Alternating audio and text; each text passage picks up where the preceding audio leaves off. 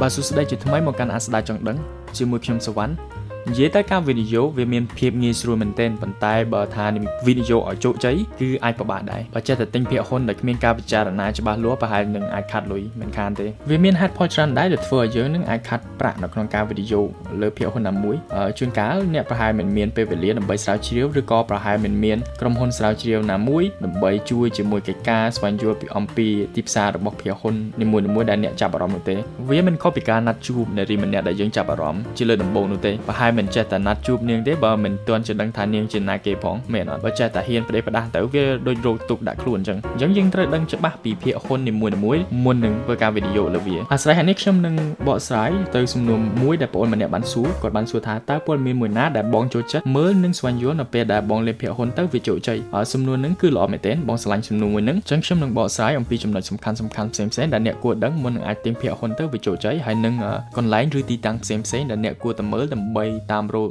ព័ត៌មានដែលទាក់ទងទៅនឹងចំណុចដែលខ្ញុំនឹងបកស្រាយទាំងនេះហើយមុននេះបន្តិចខ្ញុំបាននិយាយអំពីការណាត់ជួបនារីដែលយើងស្រឡាញ់ជាលើដំបូងឧទាហរណ៍អ្នកមានចិត្តចង់អញ្ជើញគេទៅមើលកុនតែ2នាក់ឬក៏ទៅញ៉ាំអីនៅខាងក្រៅបើមិនដឹងពីនាងពីមុនប្រហែលជាអ្នកមិនចេះទៅហៅទេមែនទេអញ្ចឹងគួរដឹងអ្វីខ្លះពីនាងដែរយ៉ាងហោចក៏ 20% ដឹងពីលេខទូរស័ព្ទនាងអីអញ្ចឹងណាហើយបងវាយអារម្មណ៍មកកាន់ការវិនិយោគលើផ្សារភាគហ៊ុនវិញមុននឹងយើងទិញភាគហ៊ុនណាមួយយើងគួរដឹងថាក្រុមហ៊ុនដែលលក់ភាគហ៊ុនមួយហ្នឹងគឺជាក្រុមហ៊ុនអ្វីយើងត្រូវស្វែងយល់ថាសេវាកម្មរបស់គេហ្នឹងមានអីខ្លះប្រតិបត្តិការរបស់គេហ្នឹងនៅខេត្តណាខ្លះគេផលិតស្អីគេហើយគេលក់ហ្នឹងទៅរបៀបរបបគេហ្នឹងយ៉ាងណាហើយតើមេដឹកនាំនៃក្រុមហ៊ុនរបស់គេហ្នឹងពូកែខាងការងារមួយនឹងអត់ហើយតើគាត់ហ្នឹងជាអ្នកណាគេព័ត៌មានទាំងហ្នឹងគឺមានពិបាករកទេអ្នកអាចចូលទៅក្នុង website របស់ក្រុមហ៊ុននីមួយៗហើយអានទៅបើមានពេលអានមក website ហ្នឹងទាំងអស់ទៅពេលយើងដឹងច្រើនគឺរឹតតែល្អនឹងហើយគឺជាចំណុចដែលធ្វើឲ្យយើងអាចវិនិច្ឆ័យថាយើងគួរវិនិយោគលើក្រុមហ៊ុនដែលយើងកំពុងតែចាប់អារម្មណ៍ហ្នឹងឬក៏អត់ហើយនៅខាងក្រោមវីដេអូមួយនេះខ្ញុំបានដាក់ link ឬក៏ website របស់ក្រុមហ៊ុនដែលកំពុងតែលក់ភាគហ៊ុននៅលើផ្សារមូលបត្រទាំងអស់ហើយអ្នកអាចចូលទៅក្រោមវីដេអូហើយមើលបានចំណុចទី2អ្នកគួរតែតាមដានអំពីតារាងទិន្នន័យទីផ្សារប្រចាំថ្ងៃហើយក្នុងតារាងទីផ្សារហ្នឹងវាមា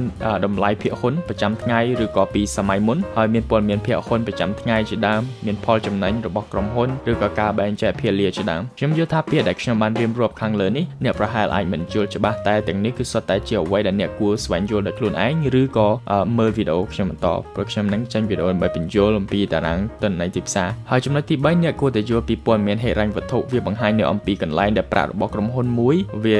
ានៅចឹងជាងចង់ដឹងថាតើប្រាក់ហ្នឹងវារត់ចូលមកពីណាមកក្រុមហ៊ុនហ្នឹងហើយឥឡូវប្រាក់ហ្នឹងត្រូវចំណាយនឹងទៅណាហើយពេលនេះវានៅណាហើយពេលយើងដឹងពីលំហូរនៃការចំណាយនិងចំណូលរបស់ក្រុមហ៊ុនអ្នកនឹងយល់ខ្លាំងថាក្រុមហ៊ុនហ្នឹងប្រកែករកស៊ីអត់អញ្ចឹងត្រូវចេះអានព័ត៌មានហិរញ្ញវត្ថុហើយទីតាំងព័ត៌មានហិរញ្ញវត្ថុហ្នឹងខ្ញុំដាក់នៅ link ខាងក្រោមអ្នកអាចចូលទៅមើលបានក្រុមហ៊ុននីមួយៗគេតែងតែចេញព័ត៌មានហិរញ្ញវត្ថុឲ្យយើងដឹងអញ្ចឹងយើងអាចចូលទៅមើលបានហើយអានទៅដើម្បីតាមដានតម្លៃបើមិនចេះអានទេអ្នកគួរតែស្វែងរកឯកសារផ្សេងៗដែលជំនួយឲ្យអ្នកចេះអានពេលយើងចេះអានពីព័ត៌មានទាំងនេះអ្នកអាចប្រើវាដើម្បីវិភាគតម្លៃទីផ្សាររបស់ភាគហ៊ុនណាមួយអញ្ចឹងយើងអាចដឹងថាភាគហ៊ុនហ្នឹងវាដំណើរការយ៉ាងណាហើយយើងគួរទិញភាគហ៊ុនមួយហ្នឹងឬក៏អត់ទាំងនេះហើយដែលជួយឲ្យយើងយល់និងសម្រេចចិត្តមួយដ៏ត្រឹមត្រូវខ្ញុំនិយាយនេះគឺដោយលម្អិតមែនទែនបន្ទាប់ពីស្ដាប់ហើយអ្នកប្រហែលគិតថាវាមានច្រើនណាស់ដែលគួរតែដឹងទោះជាបែបនោះក៏ដោយខ្ញុំគិតថាគួរបដោតលើតារាងទិន្នន័យទីផ្សារសិនក៏បានដែរព្រោះថាវាបានប្រាប់យើងពីតម្លៃនៃភាគហ៊ុននីមួយៗនៅពេលបច្ចុប្បន្នឬក៏ពីមុនអញ្ចឹងបើយើងដឹងតម្លៃយើងអាចសម្រេចចិត្តឥឡូវថាគួរទិញអត់អ្នកមិនបាច់ចេះដឹងច្រើនក៏បានដែរគ្រាន់តែយល់ពីតារាងទិន្នន័យទីផ្សារសិនវាល្មមហើយសម្រាប់យើងសម្រាប់ចិត្តទិញភាគហ៊ុនប៉ុន្តែបើយើងដឹងច្រើនគឺរឹតតែល្អក្រៅពីនឹងអ្នកក៏អាចធ្វើការស្រាវជ្រាវដោយខ្លួនឯងបានដែរអ្នកគួរស្រាវជ្រាវអំពីនយោបាយនៅពេលបច្ចុប្បន្ន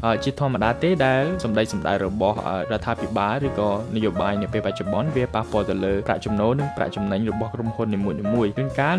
រដ្ឋាភិបាលគាត់បង្កើតទីផ្សារនៅក្រៅប្រទេសអញ្ចឹងយើងអាចមើលទៅថាទីផ្សាររបស់ក្រុមហ៊ុននីមួយៗវាអាចរីកយ៉ាងណាអញ្ចឹងយើងអាចដឹងថាក្រុមហ៊ុនមួយនឹងមានផលចំណេញកាន់តែច្រើនអីចឹងទៅណាអញ្ចឹងយើងអាចស្វែងយល់លើខ្លួនឯងស្រាវជ្រាវអីដោយខ្លួនឯងនៅលើ website ផ្សេងៗហើយតាមដានព័ត៌មានផ្សេងៗទាក់ទងនឹងសេដ្ឋកិច្ចទាក់ទងទៅនឹងនយោបាយអីជាដើមបាទហើយសរុបមកវិញមកយើងត្រូវដឹ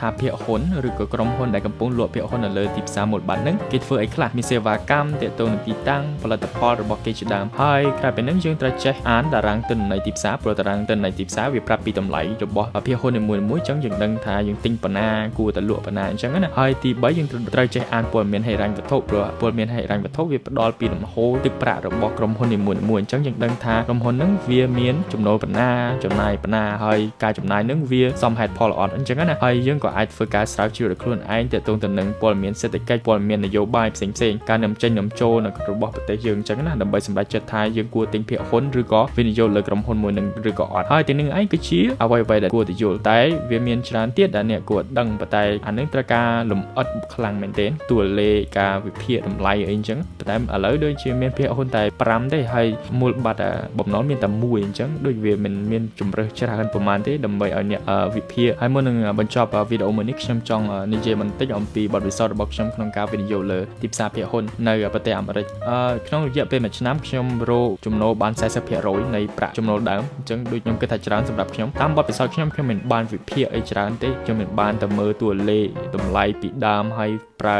រូបមន្តដើម្បីគណនាឬក៏ project តម្លៃនាពេលអនាគតទេប៉ុន្តែខ្ញុំអាចមើល graph មើលតម្លៃនាពេលបច្ចុប្បន្នមើលព័ត៌មានទាក់ទងនឹង Donald Trump ទាក់ទងនឹងទំនាក់ទំនងរបស់ចិនហើយនឹងអាមេរិកថាវាដើរដំណើរដល់ណាអញ្ចឹងណាហើយគួរតែទិញភាគហ៊ុនមួយនឹងអត់ហើយភាគហ៊ុនហ្នឹងគេលក់អីគេខ្លះហើយអញ្ចឹងខ្ញុំអាចមើលគិតគូរតិចតួចទៅខ្ញុំអាចទិញហើយនៅក្នុង graph នីមួយៗអ្នកអាចដឹងពីសកម្មភាពរបស់អ្នកវិនិយោគដែរព្រោះតែជួនកាលឃើញឡើងទៅហើយចុះឡើងចុះឡើងចុះឡើងចុះឡើងចុះណាតម្លៃរបស់វាប៉ុន្តែបើយើងឃើញនិន្នាការទូទៅរបស់វាឡើងនៅលើ graph អាចយកកេងចំណេញនៅលើសកម្មភាពទាំងហ្នឹងឧទាហរណ៍ឡើងថ្ងៃនេះប៉ុន្តែយើងដឹងថាស្អែកនឹងចុះព្រោះមានអ្នកលក់អញ្ចឹងស្អែកយើងពេលវាចុះយើងទិញទៅហើយទិញនៅពេលវាថោកលក់នៅពេលវាថ្លៃបើយើងចេះវិភាគតម្លៃដោយការប្រើទិន្នន័យតម្លៃពីដើមឬឥឡូវវាក៏ល្អម្យ៉ាងដែរព្រោះថាវាធ្វើឲ្យយើងរឹតតែច្បាស់លើការសម្រេចចិត្តរបស់យើងហើយអ្នក professional investor នៅស្រុកគេហ្នឹងគេមាន model របស់គេមានរូបមន្តរបស់គេដើម្បីប្រើសម្រាប់ទស្សន៍ទាយតម្លៃអញ្ចឹងគេវាជំនួយច្រើនណាស់ហើយអញ្ចឹងភាគរយនៃការឈ្នះរឹតតែច្រើនទៅលើទីផ្សារបាទអញ្ចឹងសូមអរគុណច្រើនសម្រាប់ការតាមដានវីដេអូមួយនេះហើយកុំភ្លេចចុច like ឬក៏ share ឬក៏ subscribe វីដេអូរបស់ពួកខ្ញុំផងហើយកុំភ្លេចខ្ញុំឥឡូវខ្ញុំបង្កើត Facebook page មួយអញ្ចឹងសូមចុច like ទៅព្រោះថានៅក្នុងនោះខ្ញុំមានការ share ឬក៏ការចែករំលែកពីចំណេះដឹងរបស់ខ្ញុំផ្សេងៗទាក់ទងទៅនឹងទីផ្សារហិរញ្ញវត្ថុអញ្ចឹងអ្នកអាចយល់កាន់ច្បាស់ហើយកុំភ្លេចចុច like ផងអរគុណច្រើន